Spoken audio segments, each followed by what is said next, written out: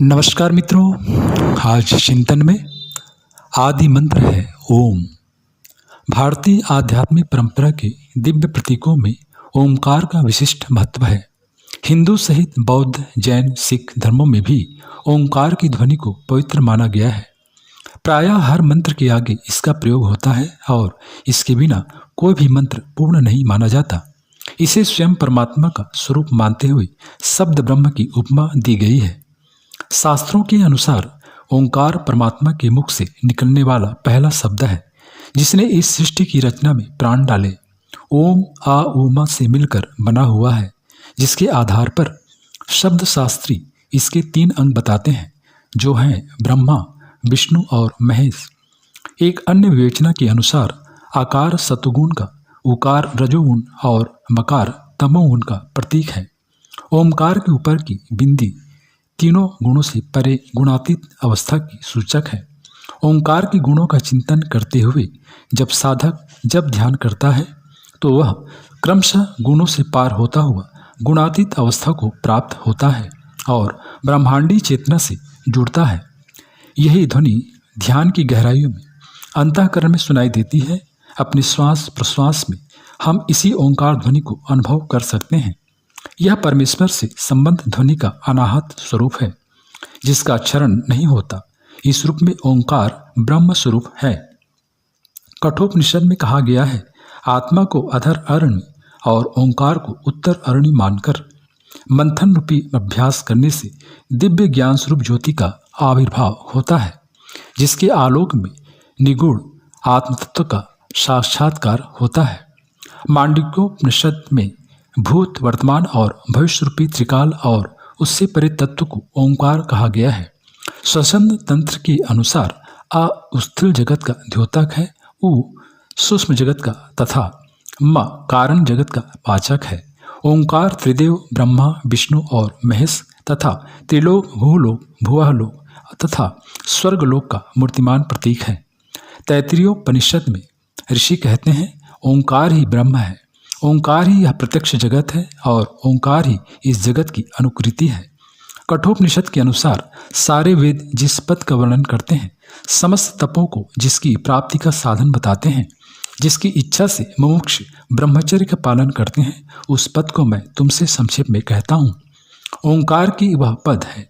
प्रश्नोपनिषद के अनुसार साधक ऋग्वेद द्वारा इस लोक को, यजुर्वेद द्वारा अंतरिक्ष को और सामवेद द्वारा उस लोक को प्राप्त होता है जिसे विद्वज्जन जानते हैं, तथा उस ओंकार की अवलंबन के द्वारा ही विद्वान उस लोक को प्राप्त होते हैं, जो शांत, अजर, अमर, अभय एवं सबसे परे अर्थात श्रेष्ठ है।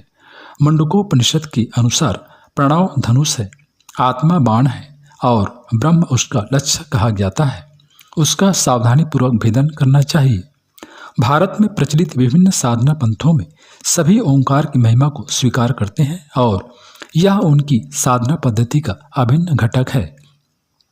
जैन धर्म में अरिहंत, सिद्ध, आचार्य, उपाध्याय और मुनियों को पंच परमेष्ठी माना गया है। इनके आद्य अक्षरों को मिलाया जाए तो ओंकार की ध्वनि निकलती है। सिख धर्म के संस्थापक गुरु नानक देव ने कहा है कि एक ओंकार सतनाम कर्ता पुरख निर्भव निरवय अकाल मूर्त, अर्थात ओंकार ही अटल सत्य है। इसका जप करने वाला पुरुष निर्भय, शत्रु रहित एवं अकाल पुरुष सदृश हो जाता है।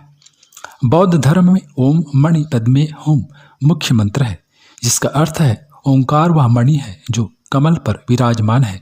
हिंदू धर्म के अनुसार ओंकार इस ब्रह्मांड में सदा से था और रहेगा। इसका कभी क्षरण नहीं हो सकता। यह एक शाश्वत ध्वनि है। इस ब्रह्मांड में जब किसी तरह की ध्वनि नहीं होगी, तब भी मात्र ओंकार की ध्वनि सुनाई देगी।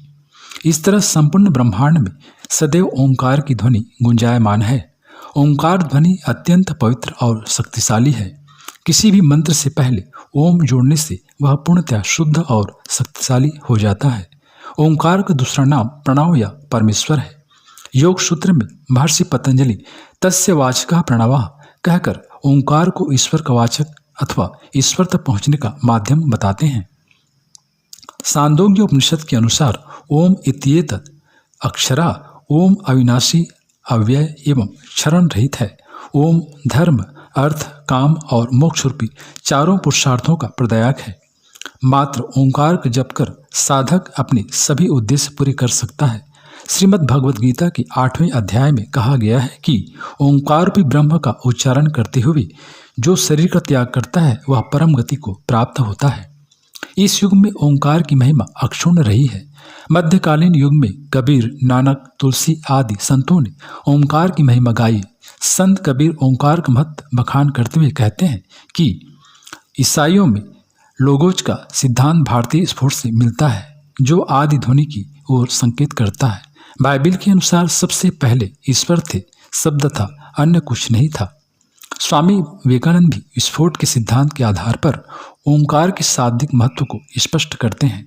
स्वामी रामकृष्ण परमहंस कहा करते थे, पूरे शास्त्र गायत्री महामंत्र में समा जाते हैं और पूरा मंत्र व्याहृतियों में तथा स्वयं व्याहृतियाँ ओंकार में समाहित हो जाती हैं। इस तरह स्पष्ट है कि ओंकार अनाहत ध्वनि शब्द ब्रह्म ही सृष्टि की ओंकार का आधार है। मित्रों, इस तरह ओंकार भारतीय परंपरा में शब्दों का संयोजन भर नहीं है, स्वयं में आदि मंत्र है, सब मंत्रों का आधार है, शीर्ष है। इसके साथ ध्यान की विधा को जोड़ते हुए आध्यात्मिक लाभ को प्राप्त कर सकते हैं। ओंकार का जप करने से मन को शांति तथा एकाग्रता की प्राप्त होती है, शरीर की बीमारियों से रक्षा होती है तथा आध्यात्मिक जागरण का आधार तैयार होता है।